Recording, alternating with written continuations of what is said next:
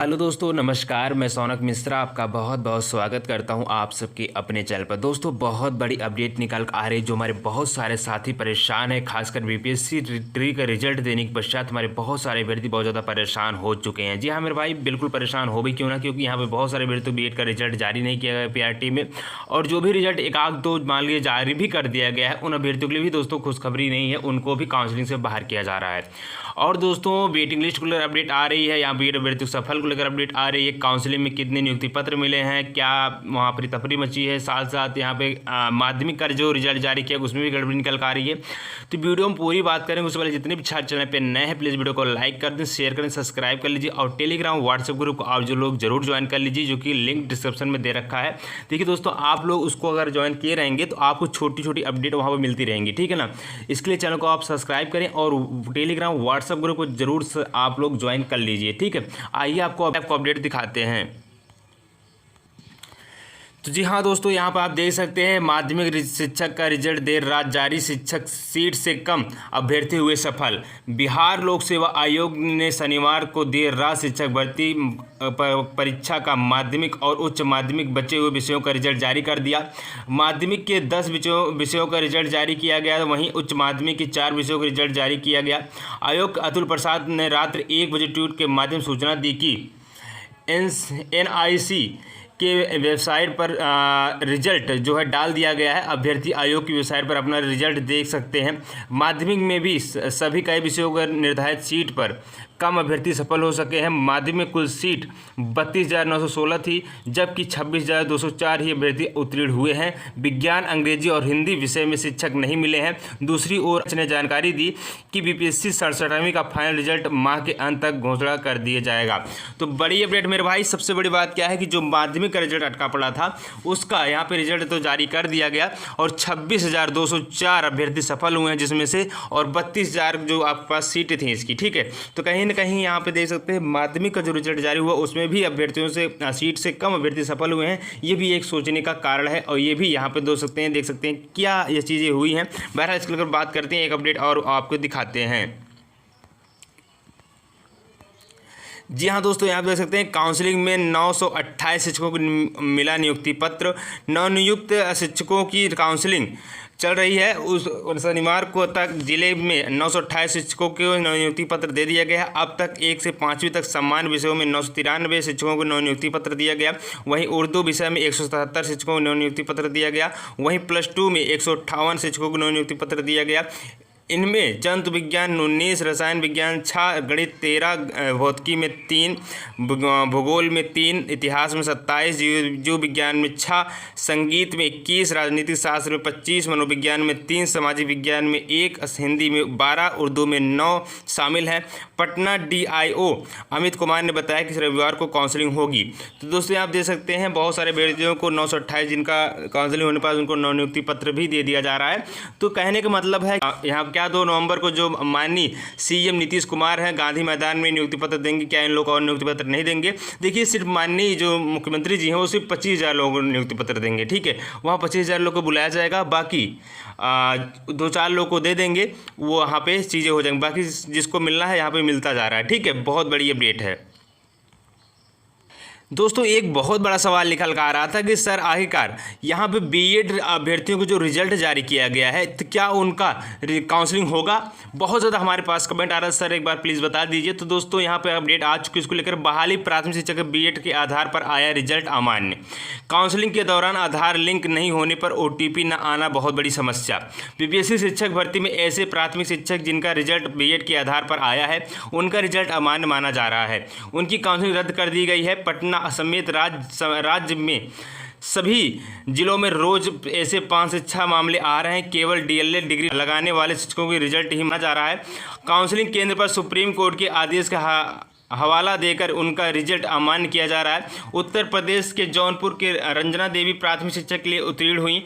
वह जब केंद्र पहुंची तो उनकी काउंसलिंग नहीं हो सकी। डीआईओ अमित कुमार ने कहा कि प्राथमिक शिक्षक में सिर्फ डीएलएड वालों का रिजल्ट मान्य होगा, बीएड वालों का रिजल्ट रद्द कर माना जा रहा है, वही जिस वजह से उनकी नियुक्ति नहीं होगी। गलत डॉक्यूमेंट देने पर होगी कार्रवाई। काउंसलिंग के गलत डॉक्यूमेंट देने पर अभ्यर्थियों पर एफआईआर दर्ज करवाई जाएगी। काउंसलिंग में जिला स्तर पर कई समस्याएं आ रही हैं, जिसमें से अभ्यर्थियों को आवेदन के नाम पर गलत होने अथवा स्पेलिंग में गलती मिल रही है। कुछ अभ्यर्थियों के आधार पर नंबर, कुछ अंक गलत हो गए हैं, जिसकी वजह से OTP नहीं आ पा रहा है। इसके अलावा आवेदन तथा आधार कार्ड के नाम पर भिन्न मिल रहा है। इन अभ्यर्थियों के विदहोल्ड कैटेगरी में डाला जा रहा है। शनिवार को कक्षा 1 से 5वीं 11-12 के 928 अभ्यर्थियों को काउंसलिंग हुई है, ठीक ना। तो देख सकते हैं बिना काउंसलिंग के लौटे अभ्यर्थी अकाउंटेंट्स वाले दर्जनों अभ्यर्थी बिना काउंसलिंग के ही सेंटर से लौटे।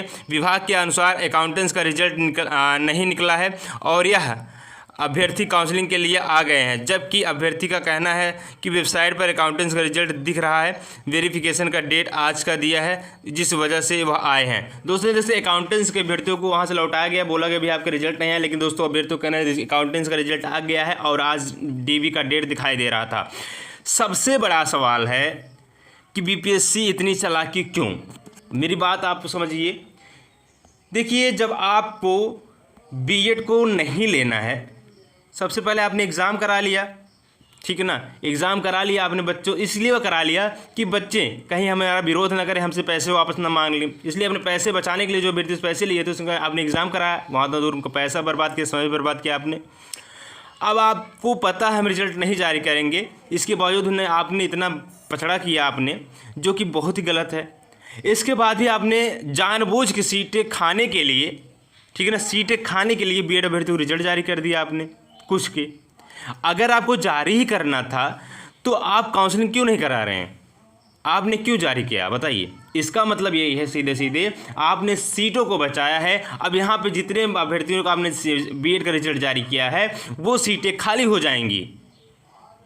अगर वो सीटें खाली होती हैं तो क्या आप वेटिंग लिस्ट में जारी करेंगे, क्योंकि आपने तो सीटेड फेल अभ्यर्थियों का रिजल्ट जारी कर दिया है। आपने तो B.Ed अभ्यर्थियों के जो अभ्यर्थी 2-4 अभ्यर्थियों का रिजल्ट जारी कर दिया है। आपने तो मान चलिए जो अभ्यर्थी कम मेरिट से उनका भी रिजल्ट जारी कर दिया है। तो आपने क्या किया है किसी को समझ में है, और आपके हिसाब से सीटें अधिक हैं, अभ्यर्थियों की संख्या कम है, इसमें भी आप बचा रहे हैं। तो कहने का तात्पर्य है BPSC जो है या बिहार सरकार है, कहने का तात्पर्य भाई अब बेशक बोले 1,70,000 पद, ये 40 से 45,000 नौ नियुक्ति सब ज़्यादा देंगे, उससे ज़्यादा कहीं नियुक्ति देने वाले नहीं है। ये इनकी सारी बातें सबको समझ में आ रही हैं जो इस चीज़ें कर रहे हैं। देखिए बच्चे मेहनत करते हैं, आप बोले 1,70,000 पद, लॉलीपॉप ने इतना अच्छा खिलाया अभ्यर्थियों को, और यहाँ B.Ed वाले अभ्यर्थियों को आपने बाहर किया, कुछ को ले लिया और उनको भी काउंसलिंग नहीं करा रहे हैं, समझिए बाहर ही हैं वो, तो आपने सीट क्यों खाई। आपने वही सीट बचा लिए होते, वही सीट अगर आप इस टाइम पर वेटिंग लिस्ट नहीं देते तो आने वाली जो नवंबर वैकेंसी उसमें आप ऐड कर दीजिए, उसमें B.Ed वाले अभ्यर्थियों को मौका दे दीजिए, माध्यमिक की वो सीट दे दीजिए। तो कहीं ना कहीं BPSC बहुत ही ज़्यादा अपने कामों को लेकर के सतर्कता बरत रही है, लेकिन बहुत ज़्यादा चालाकी कर रही है, जिसकी वजह से हमारे अभ्यर्थी परेशान हो रहे हैं, और ऐसा करना भी नहीं चाहिए। अगर आप B.Ed को नहीं ले रहे हैं तो आप B.Ed के रिजल्ट जारी कर सीट क्यों ख़राब कर रहे हैं। अगर आप जारी किए तो काउंसलिंग कराइए, ये चीज़ें आपके लिए बनती हैं, लेकिन अगर आप जारी करके काउंसलिंग नहीं करा रहे, समझ लीजिए हमारे अभ्यर्थियों को उसे परेशान कर रहे हैं आप लोग। बताइए, आपने एग्ज़ाम करा तो दूर, लेकिन बिहार में जाकर अभ्यर्थी एग्ज़ाम देते हैं, इसके बाद उनका रिजल्ट नहीं जारी करते हैं, और रिजल्ट जारी करते हैं 2-4 का रिजल्ट जारी कर देंगे, वहाँ बुला लेंगे काउंसलिंग के लिए, उनको वहाँ से भगा देंगे। तो क्या मतलब है, आपने ऐसा अच्छा एग्ज़ाम ही नहीं कराया होता B.Ed का।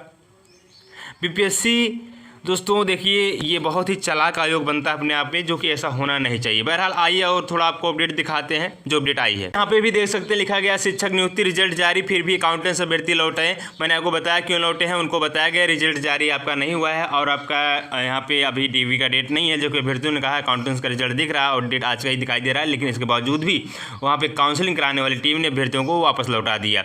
B.Ed वाले कई शिक्षक अभ्यर्थियों का रिजल्ट भी जारी हुआ, काउंसलिंग नहीं हुई है। मैंने ये भी बताया आपका मेरे भाई कि यहाँ पे बोला गया कि आपके जो रिजल्ट हैं वो जारी तो हो गए, लेकिन काउंसलिंग नहीं हो, क्योंकि आपका DLED की डिग्री नहीं है। अकाउंटेंसी का रिजल्ट प्रकाशित 563 सफल, ठीक है। उच्च माध्यमिक शिक्षक के लिए अकाउंटेंसी का रिजल्ट BPSC ने प्रकाशित कर दिया है, शिक्षा विभाग की वेबसाइट पर यह उपलब्ध है। इसमें से 563 अभ्यर्थियों का सफल घोषित किया गया। इनमें अनारक्षित 225, EWS 55, अनुसूचित 76, अनुसूचित जनजाति 3, अंत पिछड़ा वर्ग 112, पिछड़ा वर्ग 76, पिछड़ा वर्ग की महिला श्रेणी 16 अभ्यर्थी शामिल हैं।